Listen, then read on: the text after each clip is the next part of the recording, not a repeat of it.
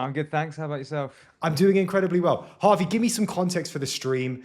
Give me an intro and a background to who you are and Alive Industries, sorry. Sure. So I'm the CTO and co-founder at Alive Industries. We've been going for about 2 years now.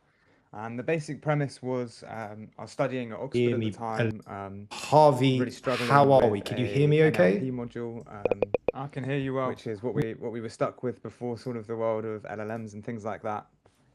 And a friend of mine showed me an early version of GPT-3, it was at the time, and yeah, I sort of felt what it would mean really for the future.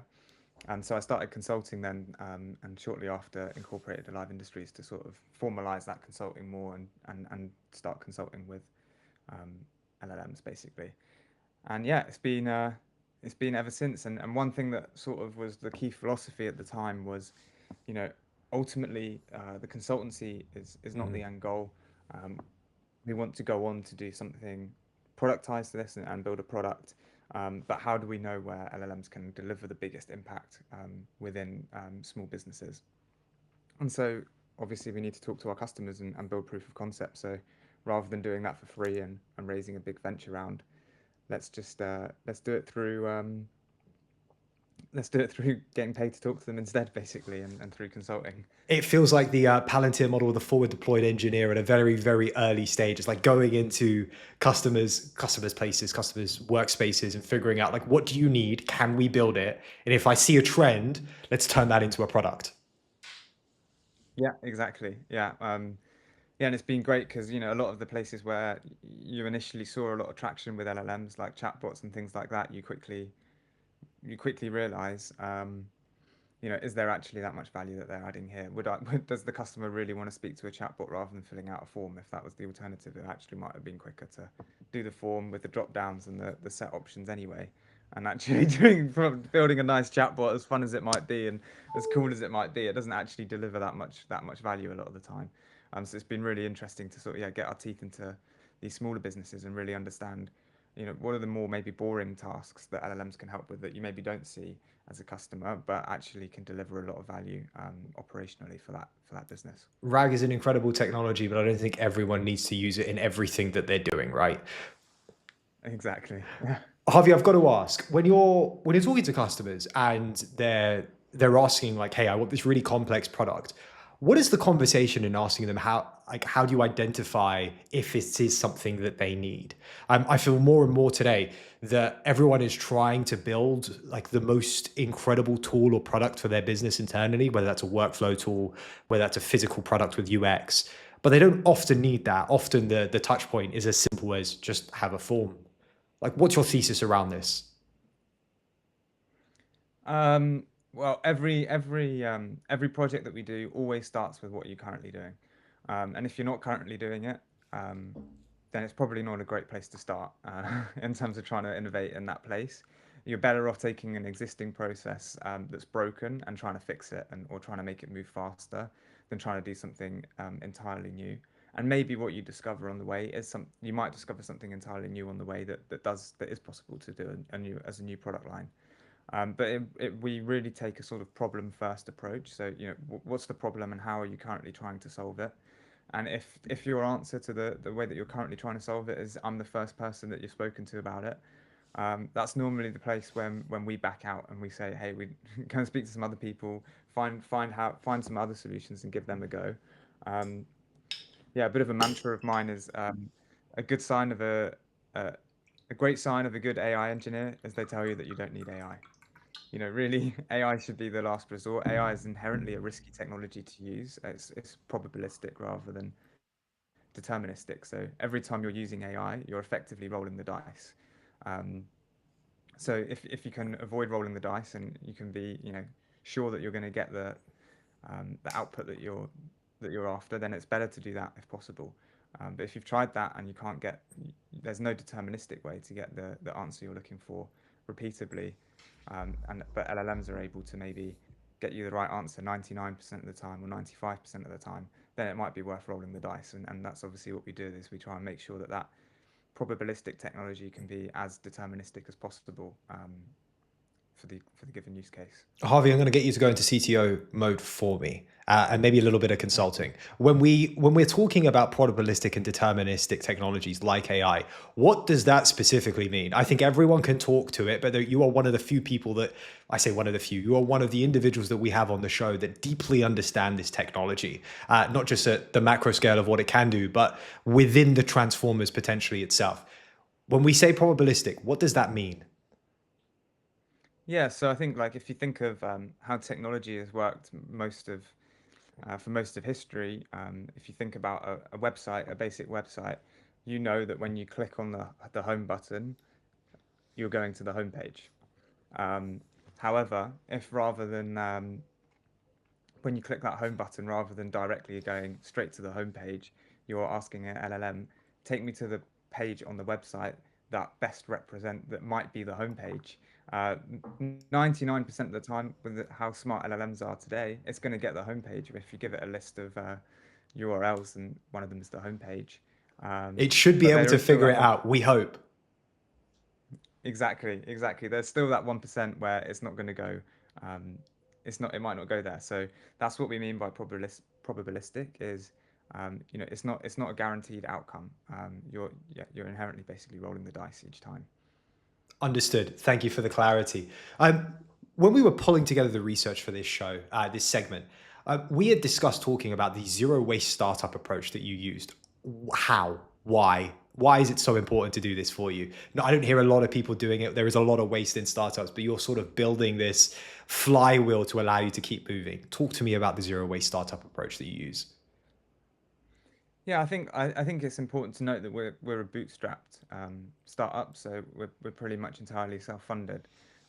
So we don't have the same sort of affordances that you know a venture-backed startup might have in terms of Hmm. being able to spend a couple of million on doing some R&D and Just submitting to burn on customers. R&D. Exactly, exactly. Um, so yeah, we have to we have to be a bit more innovative, and that's why we try and get paid to talk to our customers. But also, we try and look for um, common threads across the problems that we're being asked to solve to try and understand, well, what does this mean for the future, not just the next 1 to 2 years, but the next 5 to 10. Um, and so, how can we start to knit these different solutions that we're building together, or take common elements from all of them and all of these problems to begin building a product in the background, so that we can come out the other side of things, hopefully one day, and go, well, yes, we did all of these projects that on paper they look completely different, but actually the things that we've learned and the technology stack that we were using behind the scenes um, is now a product that we can sell, and it's built on the back of real client projects that we've learned from, basically. What are some of the coolest projects that you're working on currently, if you don't mind me asking? Yeah, I have to be careful in terms of naming names, but I can Broad probably strokes, broad strokes. I don't want to yeah, touch yeah. on specific clients, but give away the secrets. But what are some of the most innovative things that you have allowed you to think, oh, hey, this is cool? Yeah, I'll talk about two, I think. One that is sort of traditional ML in terms of computer vision, and one that's making use of LLMs. Um, so we work with a sailing company. They manufacture sails for yachts, and in particular performance yachts that are Oh, used in very cool. races like the America's Cup. So one thing that we help them to do is understand, basically, do some quality assurance. So they will build a 3D model of these sails within their own testing environment, and they can, begin to understand how they think that sail might operate in a real environment, in a simulated by testing it in a simulated environment. But they are not currently able to close the loop between that simulated environment and does the sail actually behave like that in the real world. Um, so what we've been doing is basically being trying to reconstruct those 3D models from the images that are taken, from 2D images that are taken. So it can be as simple as taking a picture of that sail, inputting the wind speed, and understanding if the and wind direction, and understanding if the 3D model is accurate and the sail is actually behaving in the real world as it was in the simulated environment. So that's one. It looks like you got a question, but I No, can go on to the I next have one. so many questions. How do you even begin to build a model like that? Like, what are you using behind the tech? Yeah, it's actually surprisingly old technology. It's technology that's yeah, from not probably like pre 2020, pre COVID, in many ways, the architecture that we're using. Um, and the cool thing is it's all done on device as well. So naturally, when you're sailing, um, you might not have phone signal, and you might want to get those metrics back to you in real time. So yeah, it's actually all processed on the phone at the edge as well, which is another awesome thing, and one of the reasons why we're sort of using some of these smaller architectures that have been around for a while. But it's actually incredibly simple if you break down the problem. The these sails have artifacts printed on them to help the human eye understand their shape. So we basically, it's just we only use the computer vision aspect to map the shape of those artifacts. Once they're mapped, it actually just becomes a case of plotting it on a graph and drawing lines and inferring the 3D trajectory that it was taken from. So it all becomes very maths that's been around, and trigonometry and things like that, camber, and yeah, all those sort of things. Y equals mx plus c, really. In many ways, it becomes, once you actually use the AI to understand the basic shape using computer vision. So yeah, that's how it works. It's actually it sounds complex, but it's about compartmentalizing these things and breaking them down into the smallest possible In problems. my head, I was thinking like this is as complicated as an F1 car in a wind tunnel, and I assume it's the same logic that applies and the same science that applies to the wind sails. Yeah, yeah. It's just, I guess the nice thing is that a sail captures the wind very nicely, and what the wind is doing, so it's very easy to see it by eye. Whereas in a F1 wind tunnel, you obviously have to use that like sort of glow gel, I think it's called, or something, or flow gel, where to see the wind, which is probably even harder for an AI to see and interpret than a nice thick stripe printed on a sail. I can't wait for you to be working on F1 cars. The conversation would be absolutely insane, I assume. Maybe one day for sure. Um, Tell me about the some of the other tech that you work with. You mentioned another example. Yeah, so we also work with a company that does waste management brokerage. So their sort of thesis is that it doesn't make sense for a lot of the large companies to also use a large company for waste collection, because they might be, you might have a supermarket in Cornwall having its waste taken to a waste disposal plant in Scotland, which is terrible for the planet, and it's also not great for small businesses. So what they do is they help connect big companies like that to more smaller local waste disposal companies to reduce carbon emissions. And as you can imagine, with increasing pressure on companies to measure their sort of scope 2 and scope 3 emissions, it's an incredibly important space. The problem is that small businesses are often not great at compliance. The way that they do documentation and things like that is not to the standard that naturally it is of a big company that's had to operationalize these things at scale. Um, so what we do for them is actually ensuring that the very lengthy documents and the large number of documents in waste management that are required for compliance are compliant. So they have to have things like the waste declaration, a signature from the driver that the waste is being handed over to, and all these sorts of things. So we use a mixture of LLMs and computer vision, and a couple of other technologies, old school NLP stuff as well, and to basically understand these I guess highly niche documents, and extract the relevant information from them, and then basically put that into our client's database in a structured way. So then our client can say, okay, you've got well, these are these are the local suppliers that we know from our experience are the most compliant and best to work with big companies, and then but can also give feedback to the smaller companies that are falling short on, hey, here's where you're going wrong. We'd love to work with you more, but yeah. So I was just saying, yeah, the other thing we can give basically guidance to these small businesses, that like local businesses that do waste management, in terms of here's where you need to improve your compliance to work with bigger customers. And then we can also go back the other way to say to this waste management brokerage company, his get a large company, get Tesco's, to upload their data for their waste movements, and we can show them how much they could save in terms of cost and carbon by using more local producers or suppliers of waste management. That is absolutely insane. I want to talk a little bit about the hackathons that you put on. I think you've got an amazing way of like building the products that you work with, right? And ultimately attracting incredible talent as well. You recently did one at Google. I'd love to learn a little bit about it. How do these things come together? Yeah, I think myself and my co-founder Francis, you know, early on we realized um, there is incredible demand for AI talent, as we see in the news with these billion-dollar offers and things like that being made nowadays.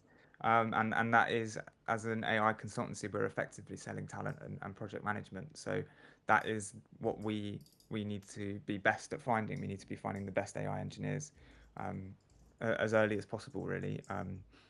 In order to get them before their market rate rises up to £1 billion or whatever it might be.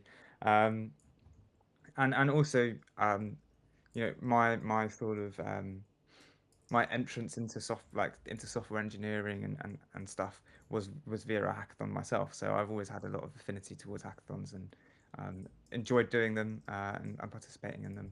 I actually won the AI native dev hackathon last week with my team, so still participating every now and again as well, uh, just when time allows. But yeah, so we had this idea that hey, we really want to build a strong community of AI developers, and we know that AI developers like myself, we enjoy hackathons. We love, like, it gives us a chance to sort of push the frontier of the technology that we might not be able to in a production environment.